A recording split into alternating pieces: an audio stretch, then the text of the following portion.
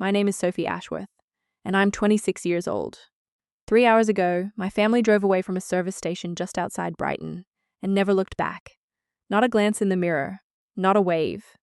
Just the sound of gravel crunching under tires, the engine noise fading into the afternoon heat, and me standing absolutely still on a cracked concrete forecourt, holding a suitcase they'd told me to pack for a family trip. No goodbye, no explanation, no closure. Just abandonment, clean and quiet. Like removing something that never quite fit. They'd always treated me like the mistake they'd learned to tolerate. The quiet one, the artist. The daughter who preferred sketching to law school, solitude to sibling competition, her own company to desperate attempts at belonging. I spent years trying to earn something as simple as their attention, their recognition, a moment where they looked at me and saw something worth acknowledging. But I was never enough. I was always the extra piece, the one who didn't belong in their narrative of achievement and status and carefully curated family mythology. What they didn't understand was that, by leaving me behind in that moment, they didn't end my story. They began it. Before we jump into what happened next, I want to ask you something real. Where are you watching from right now, and what time is it there? Take a second and drop it in the comments. I'm always curious to see where everyone tunes in from across the world. All right, let's get into this. The car didn't slow down. There was no moment of hesitation, no last-minute change of heart. It simply kept moving, tires crunching gravel that kicked up in small clouds behind the vehicle. The engine noise faded gradually, like the last note of a song I'd never chosen to hear. I stood there frozen, unable to process what my mind was telling me was real.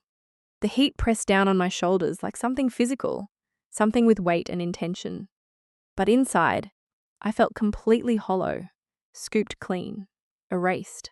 I watched the road until even the dust settled, until the asphalt was empty in both directions, until I couldn't pretend anymore that they were coming back, that this was some kind of elaborate prank, that any of it made sense. But it didn't. None of it did. I was alone. Completely, utterly alone. The service station behind me was nearly abandoned. Cracked windows that hadn't been cleaned in months. Rusted petrol pumps that looked like relics from another era. A Costa coffee machine that flickered intermittently like it was gasping its last breath. A single attendant inside, visible through the grimy glass, paying me no attention whatsoever. There was no one else outside. No other cars, no other people. Just silence pressing in from all directions. I pulled out my phone with trembling hands. The screen showed 1% battery. No signal. Of course there wasn't. I sat down slowly on the concrete step, dragging my suitcase beside me. It wasn't heavy, just a few clothes, some sketchbooks, a toothbrush, my laptop. They'd told me to pack light. Funny how those words sounded different now. Not practical, not considerate. Just cruel in retrospect. I clutched the bottle of water Marcus had handed me before they left. His last words had been, "Wait here. We'll be right back." I'd smiled. Actually smiled, because that's what you do when your family speaks. You believe them. You trust them. Even though they've broken you 100 times before. Even though you should know better. Even though some part of you has always known this day would come. I stared at the sky, blinking hard, trying not to cry. My throat burned. My palms were sweating profusely. I wanted to scream. I wanted to believe it was an elaborate joke, some twisted family prank. But I knew better. They'd left me. Not in the heat of an argument. Not during a fight or a moment of parental rage. They'd done it calmly, cleanly. Like removing something they'd always found slightly embarrassing. Because to them, I'd always been the problem. The quiet disappointment. The one who loved drawing more than any practical career. The one who preferred solitude to their toxic family dynamics. The one who never quite managed to be what they needed. And deep down, I'd always known this day would come. I just didn't know how it would feel. This raw silence. This emptiness that wrapped around my chest and wouldn't let go. The way my hands shook. The way my mind couldn't quite accept what had happened. But what I also didn't know yet was that this moment, this terrible, abandoning moment, would become the beginning of something that actually saved my life. It started with being left behind. But it wouldn't end in silence. When I was 8 years old, my brother Marcus had a birthday party that felt like a production. There was a hired bounce house in our back garden. A DJ playing music that made the neighbors close their windows. A cake shaped like a football stadium, 3 tiers tall. Dad filmed the entire thing like he was documenting something for television. He panned across the crowd, caught people clapping when Marcus opened presents, recorded every moment like it was important enough to preserve forever. When I turned 9, I received a microwave meal on a plastic plate, a plastic fork I had to dig into the drawer to find, and a cupcake from the petrol station. It came in a cardboard box. There were no candles. There was no decoration. There were no photographs. My mum said she'd forgotten. My dad said work had run late and he was exhausted. Marcus was at basketball practice. Julian was at his friend's house and apparently couldn't be bothered to come home. They left a plate out for me when I got back from school. I ate it alone in the kitchen, hearing them laugh downstairs in the living room, watching television without me. "We'll make it up to you," they said later, almost as an afterthought. "You're not really into parties anyway, right?" my mum offered. Like that was supposed to excuse the indifference. As if being the quiet one meant I didn't need to be seen. As if preferring my own company somehow meant I didn't deserve their effort. That became the pattern. Marcus always got the front seat in the car. Julian always got the best room when we renovated. I got leftovers. Leftover attention. Leftover time. Leftover affection that was offered only when they had nothing better to do. At dinner, I learned to wait for someone to ask how my day had been. It never came. Not once. Not in a way that mattered. So I learned to chew quietly, to not interrupt, to shrink myself down so that I took up less space at their table. I became very good at disappearing in plain sight. I remember when I was maybe 10 years old, I made my own party invitations. I cut out stars from cardstock and hand-colored the borders in careful pencil. I drew my name in letters that I thought looked elegant. I taped them to the refrigerator a full week before my birthday, right at eye level where no one could miss them. No one said anything. No one asked. My parents walked past them every single day for 7 days, and neither of them mentioned it. On the day itself, my mum didn't even look at me. My dad left for work early. Marcus invited friends over to watch a film. I stayed in my room with my sketchbook, drawing a birthday scene I knew would never happen. A cake with lit candles, people surrounding me, smiling, looking at me like I mattered. I gave that imaginary party to a girl I drew. She had my hair but smiled with her whole face. Her eyes looked like they mattered. That was the first time I truly understood. I wasn't just being overlooked. I was being erased politely, quietly, with a smile that said they weren't doing anything wrong. They called me sensitive when I tried to explain how I felt. They said I read too much into things, but I wasn't imagining it. My brother Marcus had trophies displayed on shelves in the hallway. Julian had certificates from various competitions framed in the sitting room. I won a statewide art design competition once, when I was 15. The certificate was professional. It had the state seal on it. When I brought it home and showed my parents, my dad didn't even look up from his newspaper. "Is that even a real thing?" he asked. His voice carrying this edge of doubt that made me feel like I'd somehow cheated or misunderstood what had happened. That night, I buried it in the back of my closet, underneath old school uniforms and shoes I'd outgrown. No one ever asked about it. No one ever mentioned it again. Looking back now, I realized it wasn't just the birthdays or the school achievements or the car rides. It was the accumulation of being second, then third, then gradually, permanently forgotten. Until I couldn't even remember what it felt like to be chosen. That cupcake without a candle. It was never really about cake. It was about the love I never received, and the space I never got to occupy in their hearts. High school was when the comparisons turned from subtle to something sharp and cutting. It wasn't just about who got the biggest slice of cake or the better bedroom anymore. It was who had the higher GPA, who had the better extracurricular activities, who had the more realistic and impressive ambitions. Marcus was the golden child, student body president, straighter grades, star athlete, future lawyer. That was the plan. Julian, the youngest, was naturally charming and sociable, destined for medical school, brilliant at everything he touched. They had family nicknames, Mr. Harvard and Dr. Sunshine. And me?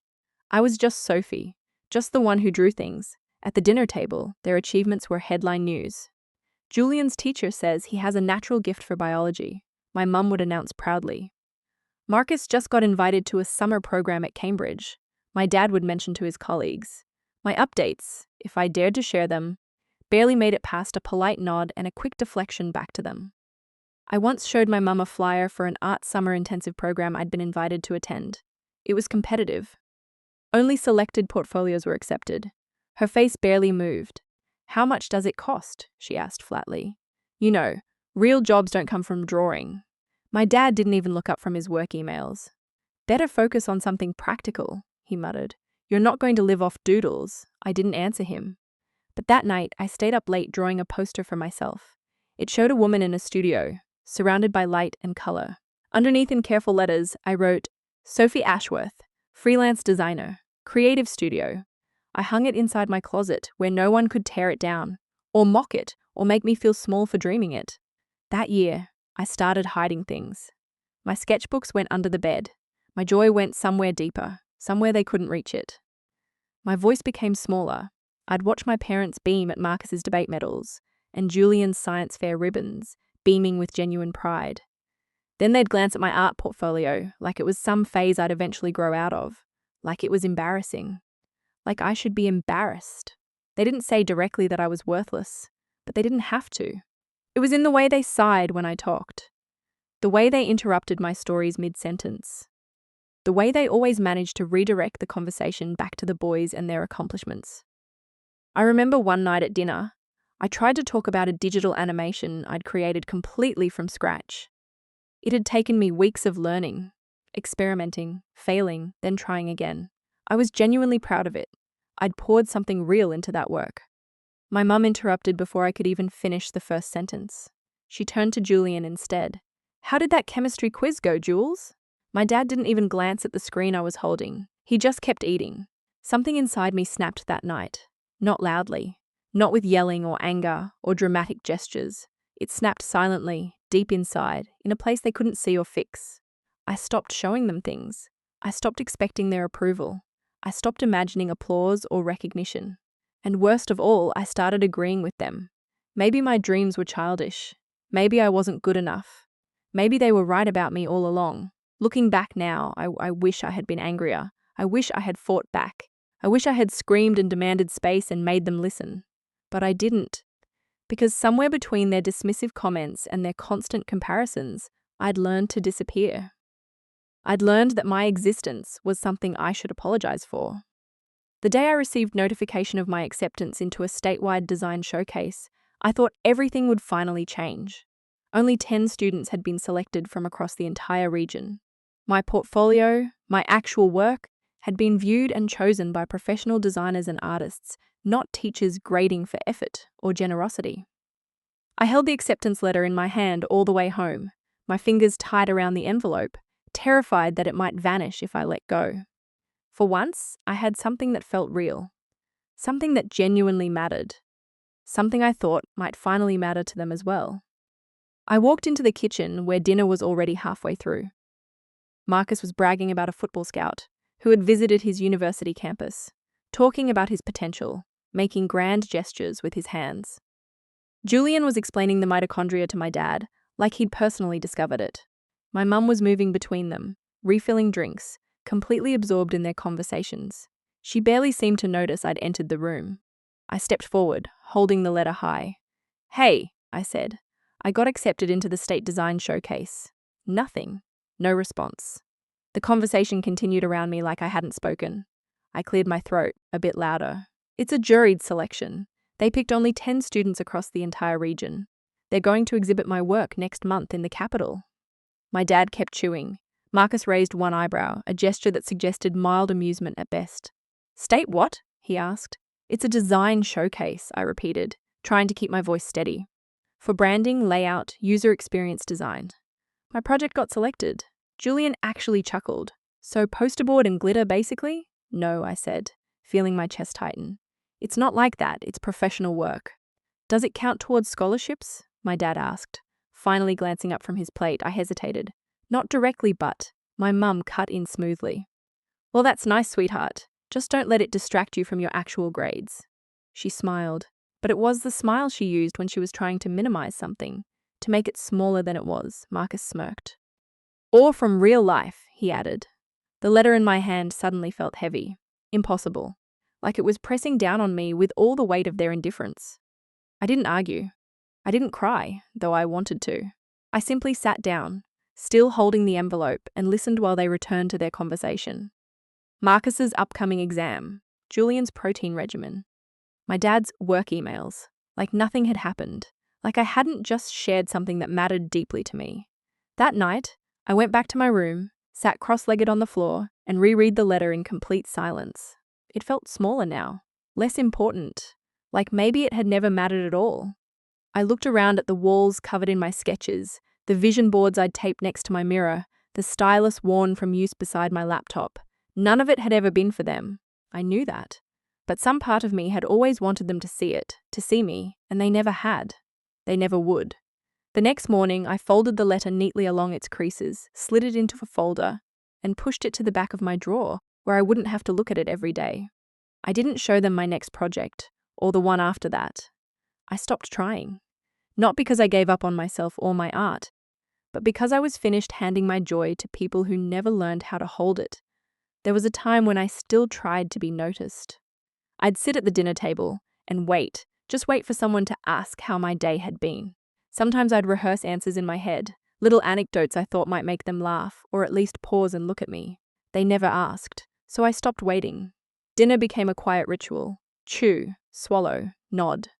I learned the rhythm of their conversations, when to smile politely, when to stay absolutely silent. Most nights I barely said 10 words. No one seemed to mind. In fact, I think they preferred it that way. I started leaving the table early, always with the same excuse. Homework. I don't think anyone actually noticed how quickly I'd disappear once I'd finished eating. Eventually, I stopped coming down for dinner altogether. I told them I was eating in my room. No one objected. My mum left a plate outside my door a few times, but then she stopped even doing that.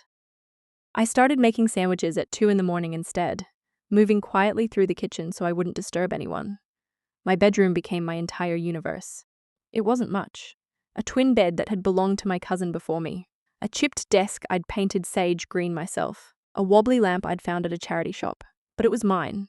I decorated the walls with magazine clippings, movie posters, and old Polaroid photographs I'd taken of clouds and trees and light, hitting a window at exactly the right angle. They weren't perfect. They were grainy and sometimes out of focus. But they were real, unlike the forced smiles in our family portraits. I wrapped fairy lights around my headboard and kept them on all night.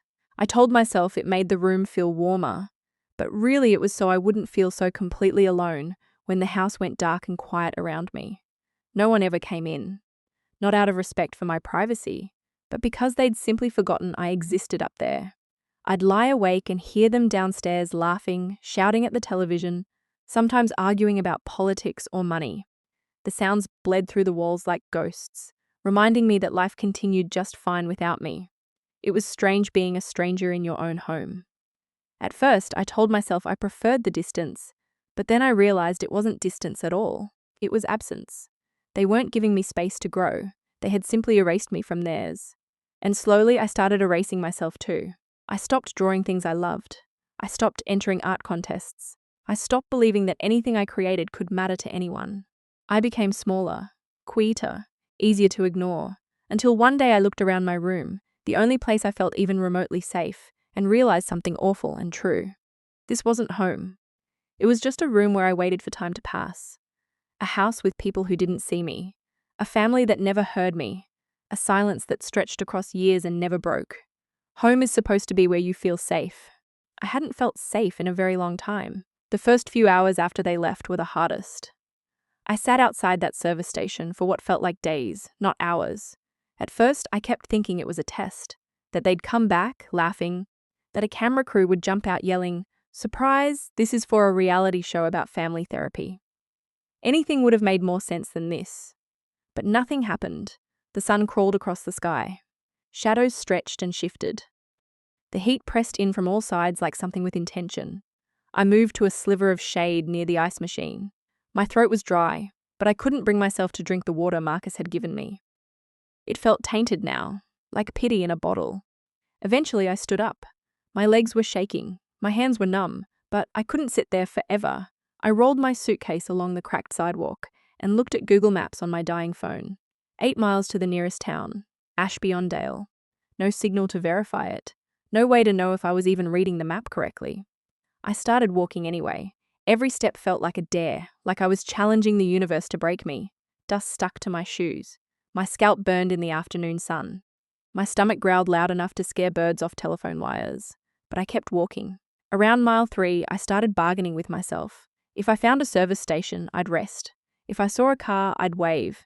If nothing came before sunset, I'd allow myself to cry just once, then keep going. There was no service station, no car, no tears. By mile 5, my body stopped begging. It just moved like it had accepted the new terms. You are on your own now. You always were, really.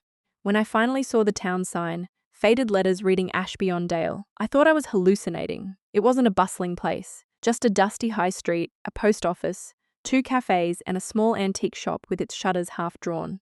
But to me, it looked like salvation. I found a public bench outside the library, dropped my suitcase beside me, and exhaled for what felt like the first time in hours. People walked by. No one looked at me. One woman did a double take, then glanced away quickly. I wondered if I looked like a runaway. I guess in a way I was. I was starting to accept that maybe I'd sleep there that night on a bench under a flickering street lamp when a voice spoke. You lost? I looked up. A woman, maybe in her 60s, stood beside the bench. She had wavy silver hair pinned back carefully, a pressed blouse despite the heat, the kind of calm that only comes from years of knowing your own place in the world. I opened my mouth, but nothing came out. My voice had disappeared somewhere back on that motorway. She didn't wait for an answer. Well, if you're not lost, you're at least tired. Come on, you can rest at my shop for a bit. She turned before I could respond, walking toward the antique shop across the street. She didn't even ask my name, and somehow that made me feel safe in a way I couldn't explain. I followed her across the street without thinking. The antique shop looked closed from the outside. Wooden shutters, half drawn, a small back in 5 sign hanging crookedly in the window. But she pushed the door open like she owned the place, which I'd soon learn she did. Her name was Margaret Thorne. The air inside was cool and musty in a comforting way. Old wood, worn leather, faint lavender. The kind of smell that made you feel like time moved slower in there, like the outside world couldn't quite reach you. She gestured to a tufted armchair in the corner near a window. Sit, she said simply. I'll get you water. I lowered myself into the seat, trying to seem composed, trying to look like I had things under control. My hands betrayed me, trembling, gripping my knees. My mouth was so dry it hurt to swallow. She returned with a glass and a napkin. Sip slowly, she said. You look like you walked 100 miles. 8, I rasped. She didn't flinch. Still too far without shade. I stared at her. People aren't like this. Strangers don't offer kindness without wanting something in return. Especially not to dusty girls with red cheeks, cracked lips, and fear stitched into their shoulders. What's your name? She asked gently. Sophie? Well, Sophie, I'm Margaret. I won't ask questions you don't want to answer, but I can offer you a clean bathroom, sofa upstairs, and a sandwich if you think you can eat. That broke me, not in the dramatic screaming way, not with hysterics or collapse, but in the quiet way someone breaks when they've been holding everything together with invisible string for so long they've forgotten how to let go. I nodded just once, and she understood everything without me having to explain. Later, I washed my face in the tiny upstairs bathroom and stared into the mirror. My reflection didn't look strong or brave or independent, just exhausted. But behind me in the reflection was a couch and blankets, and Margaret somewhere downstairs, pretending not to worry but making tea anyway.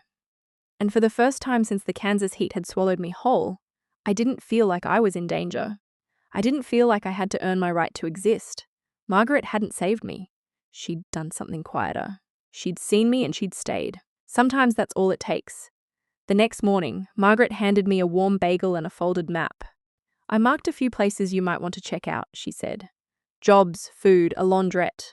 Ashby-on-Dale may be small, but it's kinder than it looks. I didn't know how to thank her, so I just said the truth. I didn't think people like you existed. She smiled. We usually own antique shops.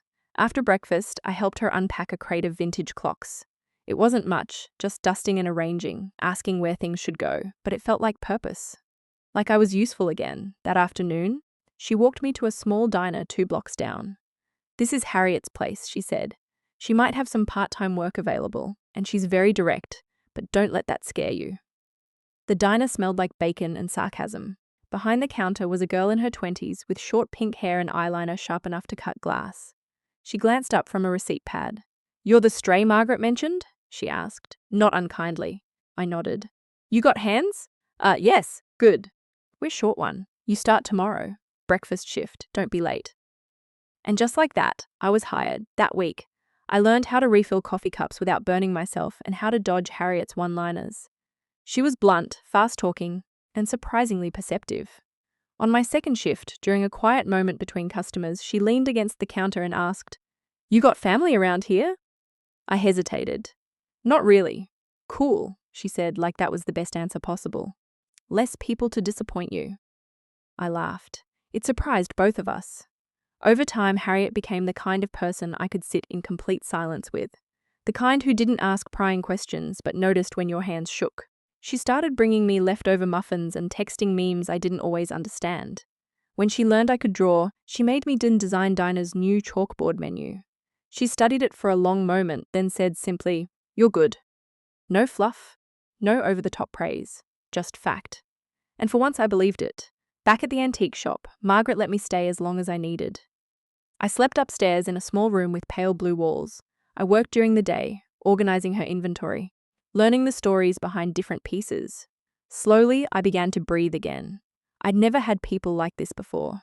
Women who offered help without expectation, who didn't make me feel like I was broken or a burden. They didn't try to fix me. They just stood beside me while I figured out how to fix myself.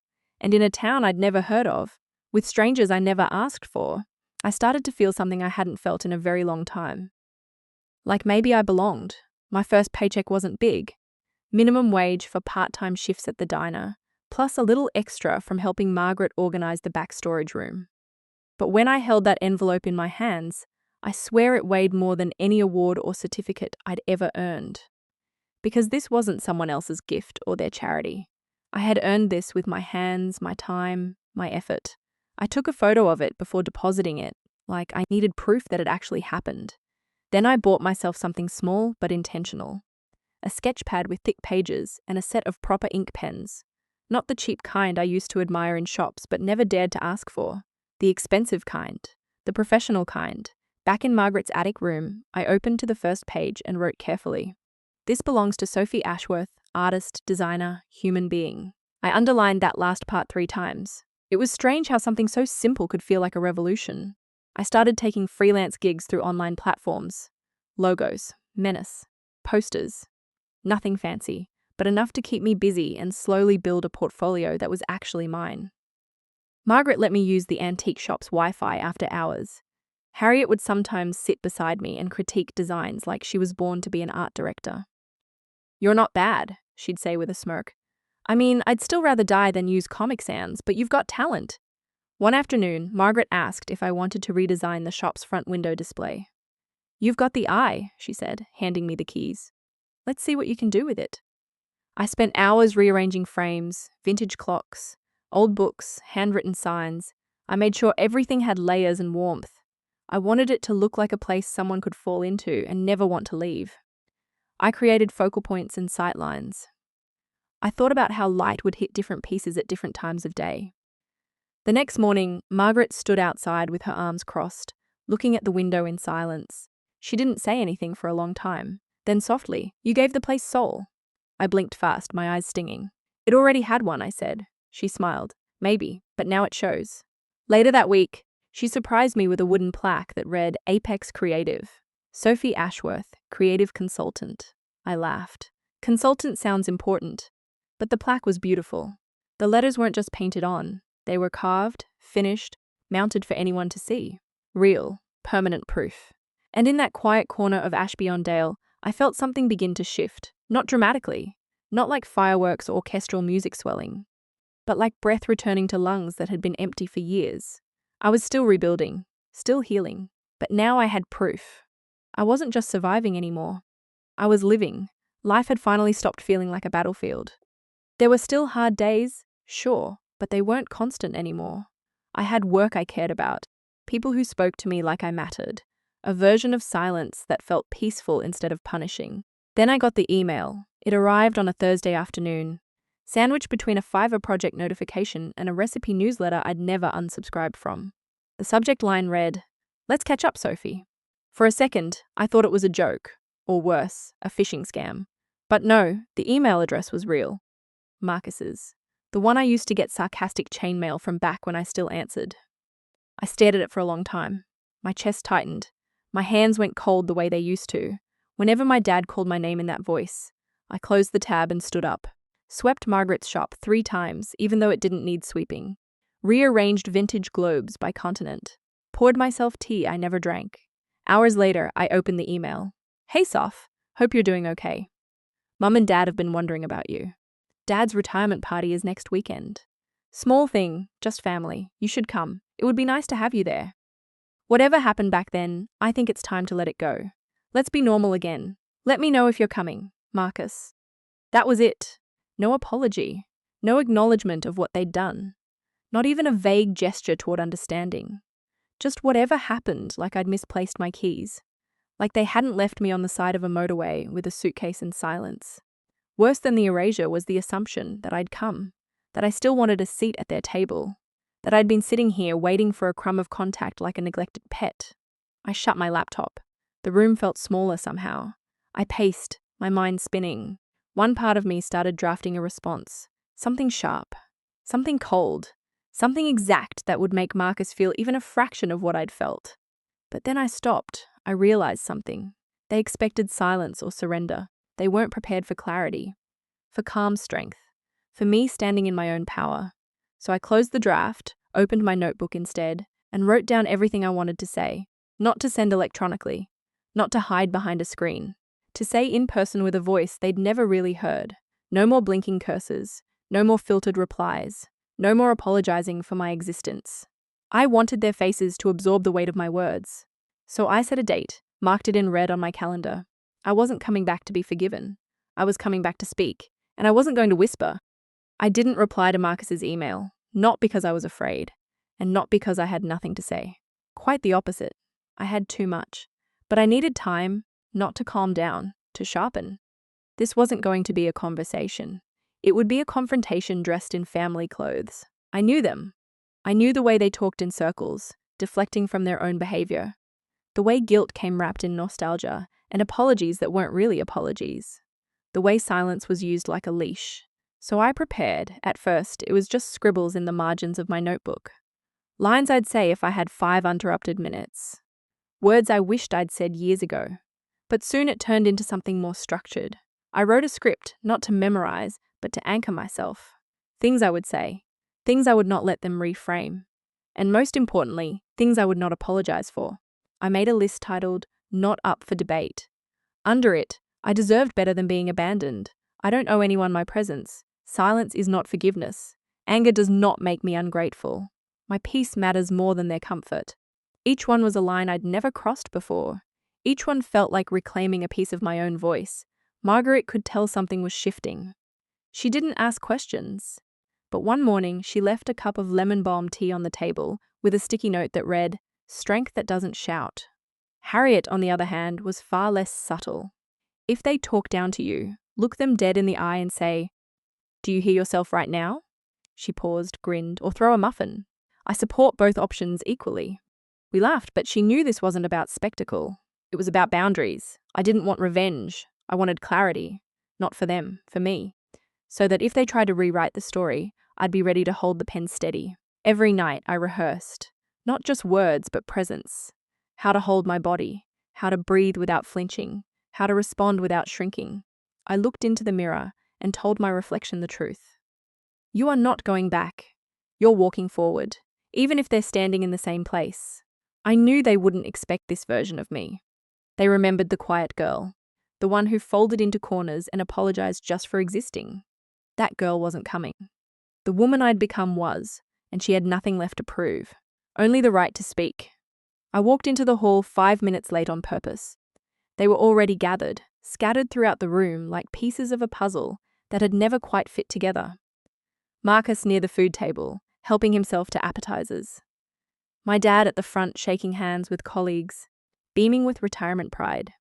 My mum seated at a corner table, arranging paper napkins like they were origami, like she needed something to do with her hands. The room was well lit and too cheerful, full of extended relatives and people I hadn't seen in years.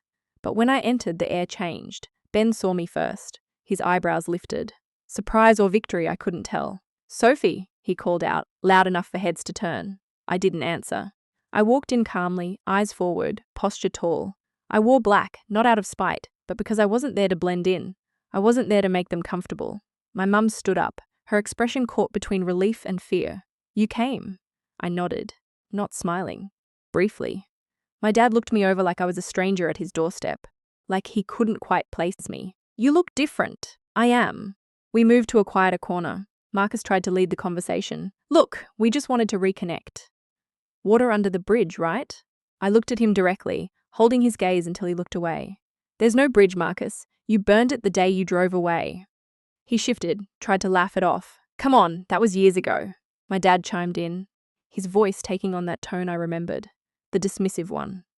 You're not still upset about that whole thing, are you? That whole thing, like abandonment, was a thing. A minor inconvenience. My fingers curled slightly at my side, but I kept my voice level, steady. You left me on the side of a motorway in 30-degree heat with no phone and no explanation. You didn't call. You didn't check if I was alive. My mum's voice dropped to that familiar soft pitch, the one meant to neutralize everything, to make the problem go away by making it smaller. We thought you needed space. You were so angry. We thought some time apart would help. Time apart. Like that was what this was. Time apart? I said, my voice rising just slightly. You abandoned me. You didn't call. You didn't come back. You didn't check if I was alive. Marcus shrugged, and that shrug contained years of indifference. We figured if you wanted to come back, you would. There it was, the core of it. They hadn't even worried. They hadn't wondered. They'd simply assumed I'd follow them home like a dog. I took a breath, grounding myself. I did come back, just not to you. They blinked, I continued. You don't know who I am anymore, and that's fine. But don't invite me here expecting a performance. I didn't come to heal this. I came to end it. My dad frowned. What's that supposed to mean? It was time to say all the things I'd been holding in for years. It means this is the last time I let you pretend I wasn't broken in this family. I'm done trying to explain my worth to people who never saw it. A few people nearby had turned toward us now. I didn't care. My voice was steady. You left me when I needed you most, and then you expected me to come home and pretend it didn't happen. To smile and be grateful for the crumbs of attention you offered. I'm done with that. My mum's lip trembled. So you're just cutting us off? No, I said. I already did that. You're just now noticing. I turned to leave, and for the first time in years, no one followed. I walked out of that banquet hall like I'd walked through fire, and maybe in a way I had. The night was colder than I expected.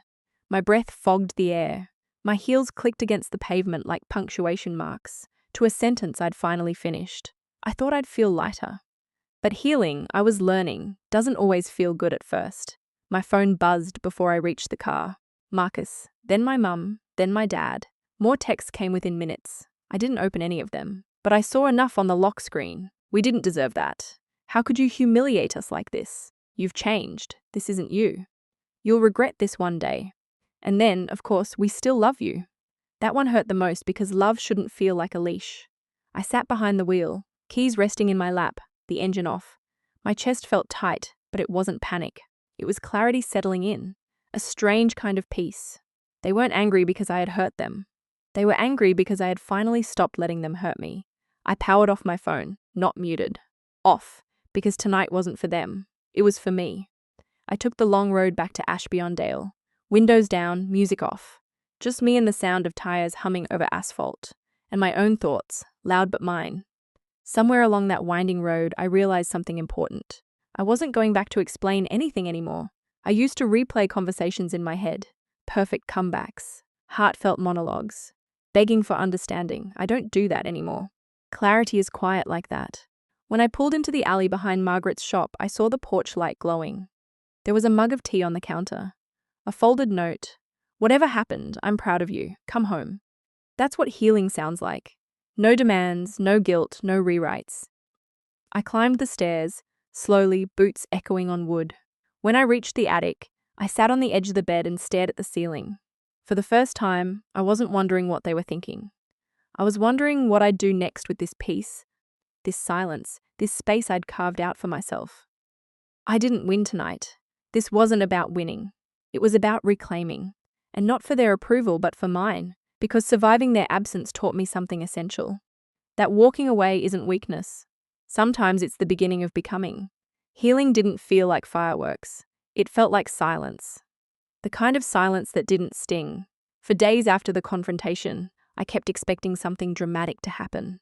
A breakdown, a burst of rage, a collapse into tears. Instead, I just slowed down. I woke later than usual, made my coffee slower, took longer showers. I spent hours rearranging books I hadn't read. The world didn't feel lighter exactly, but it stopped feeling so heavy. I wasn't numb. I was just still, and that scared me at first.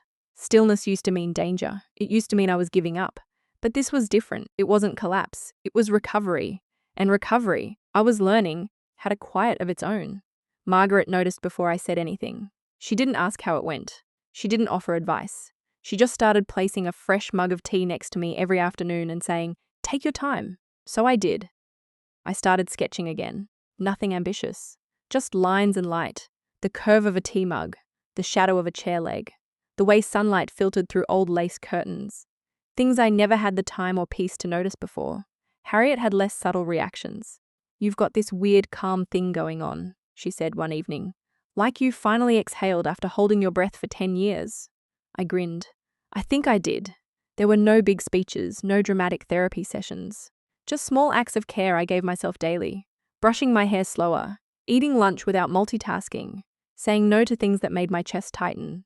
I planted basil on the windowsill, reorganized my digital files, deleted numbers I no longer needed, let go of conversations I used to replay every night, word for word, as if changing the ending in my head could ever rewrite the past. One day I sat on the porch behind the antique shop, notebook open, breeze lifting the edges of the page. I didn't write anything. I just sat there. And for the first time, I didn't feel the need to fill the silence. That silence had become mine. I wasn't lonely. I was resting. And rest, real rest, felt like rebellion against the version of me who never stopped apologizing, who thought she had to earn her right to breathe, who flinched every time her phone buzzed. That girl had survived, but she didn't have to run anymore. I wasn't healed. Not completely. Not yet. But I was healing, and no one could take that away from me. It came on a Tuesday. A simple text from an unknown number. I almost didn't check it, thought it was spam. But when I opened the message, my breath caught. "Emily, it's Mum." No greeting, no preamble, just a name and a claim. I stood in the back room of the shop, holding the phone like it had suddenly grown heavier. For a moment, everything stilled. The sound of the street, the ticking clock, even my own heartbeat. Another message followed. "I don't know what to say anymore, but I miss you. We all do." I sat down slowly on the edge of the display table, the wood cool beneath my hands. I could feel the words trying to press in, trying to dig into the parts of me that still ached for something soft, for a version of mother that had never existed, but always lingered in dreams. Then came the third message. "Maybe we both made mistakes, but family is family. That doesn't just disappear. Please don't throw us away." And there it was, wrapped in nostalgia, drenched in guilt. The final attempt. They always came like this, quiet, seemingly heartfelt, just soft enough to make you second-guess everything you'd fought to build. I stared at the screen for a long time. I didn't cry. I didn't get angry. I just listened to myself, to the silence inside that no longer hurt, to the voice that no longer trembled. I typed back slowly, carefully. "Thank you for reaching out, but I need space. Please respect that." I didn't say, "I love you." I didn't say, "Maybe one day." Because I had learned that leaving the door cracked open was how the cold always crept back in. This time I closed it. The response came fast. "So, this is it then?" I didn't reply. Instead, I turned off the phone, placed it face down in a drawer, then walked into the front of the shop like nothing had happened. Margaret looked up from a box of antique postcards. "You okay?" I nodded. Just a message I needed to answer. Or maybe not. She didn't ask more. Later that night, I sat at my desk and opened my journal. Wrote the whole thing out, word for word. Not to relive it, but to release it. At the bottom of the page I wrote, "Holding the line is not cruelty, it's clarity." And with that, I closed the book. I wasn't angry. I wasn't grieving. I was choosing. And sometimes the bravest love is the one you give yourself when no one else ever did. It surprised me how easily life moved forward. I thought the quiet would be unbearable. That once I said no, for real this time, the silence from my family would roar. But it didn't. It simply faded. And in its place I found rhythm. Nothing extravagant. Just steady. Mornings started with Margaret humming to the radio. sunlight pouring through the front windows of the antique shop. I made coffee, restocked shelves, arranged old postcards into neat little bundles. It was mundane and it was mine. Harriet popped by the shop more often, always pretending she had a practical reason. Need a lamp for the diner's back table, or figured you might have an old tin sign I could borrow. But we both knew she just wanted to talk. Sometimes we didn't even speak. She'd sit across from me with her tablet while I sketched or cleaned, and the silence between us felt warm. I started saying yes to small things. A community art fair, a newsletter for local businesses, a monthly open mic night that needed branding help. Every yes was quiet but powerful. I wasn't proving anything anymore. I wasn't trying to fix what had broken. I was simply building something new, and every day I saw more of myself in the choices I made. I painted one wall of the upstairs apartment sage green, rearranged furniture until it felt like home.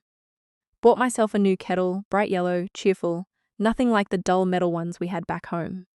I hung 3 of my own prints in the front window of the shop, not for sale, not for praise, just to remind myself that I belonged there. One evening, Margaret handed me a sealed envelope. Just paperwork, she said, as if it were nothing. Inside was a copy of the lease with both our names at the top. You earned your place here, she added. Now it's official. I didn't cry. I just nodded and whispered, thank you. Because this wasn't a rescue. It wasn't charity. It was recognition. It was roots. Later that week, Harriet asked if I wanted to co-host an art and coffee night at the diner. Your weird, peaceful energy balances out my chaos, she said, smirking. I said yes, not out of guilt or fear that someone would leave if I didn't, but because I wanted to, and that's what freedom looked like now. Small choices, big meaning, no permission required. There was a moment, one quiet afternoon, when I realized I was no longer waiting for them. Not my parents, not my brothers, not anyone from the world I'd walked away from. Instead, I had begun looking toward the people right in front of me.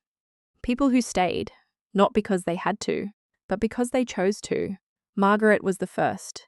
She never asked for details, never dug into what had happened before I arrived in Ashby-on-Dale. She gave me space and structure in equal measure. She gave me room to build, but always left the light on. One evening, I came downstairs to find her organizing books by color. Completely inefficient, but oddly soothing. I said softly, I don't say it enough, but thank you for everything. She looked up, eyes soft. You don't owe me gratitude, Sophie. You were never a burden.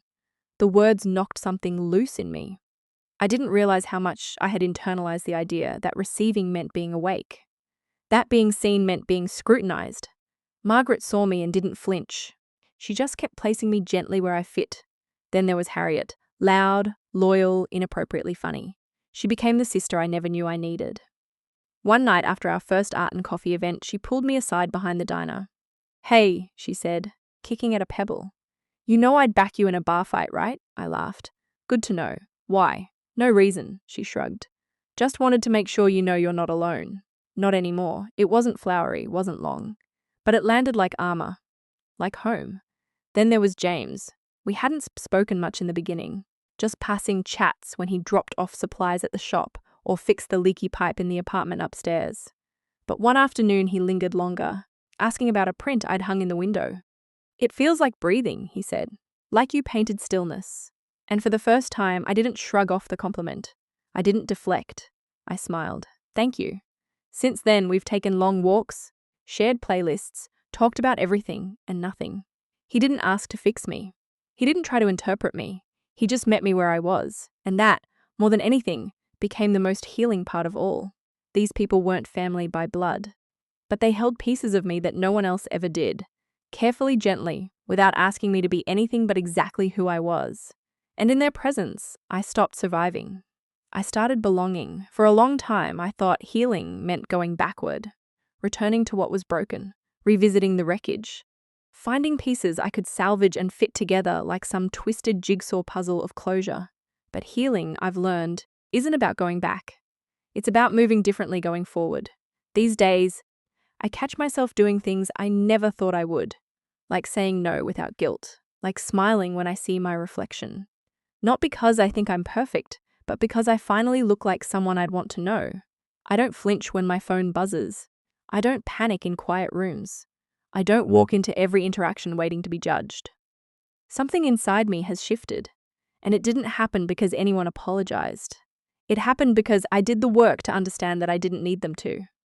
I used to keep a mental list of all the ways I'd been wronged. I held it like armor, like evidence.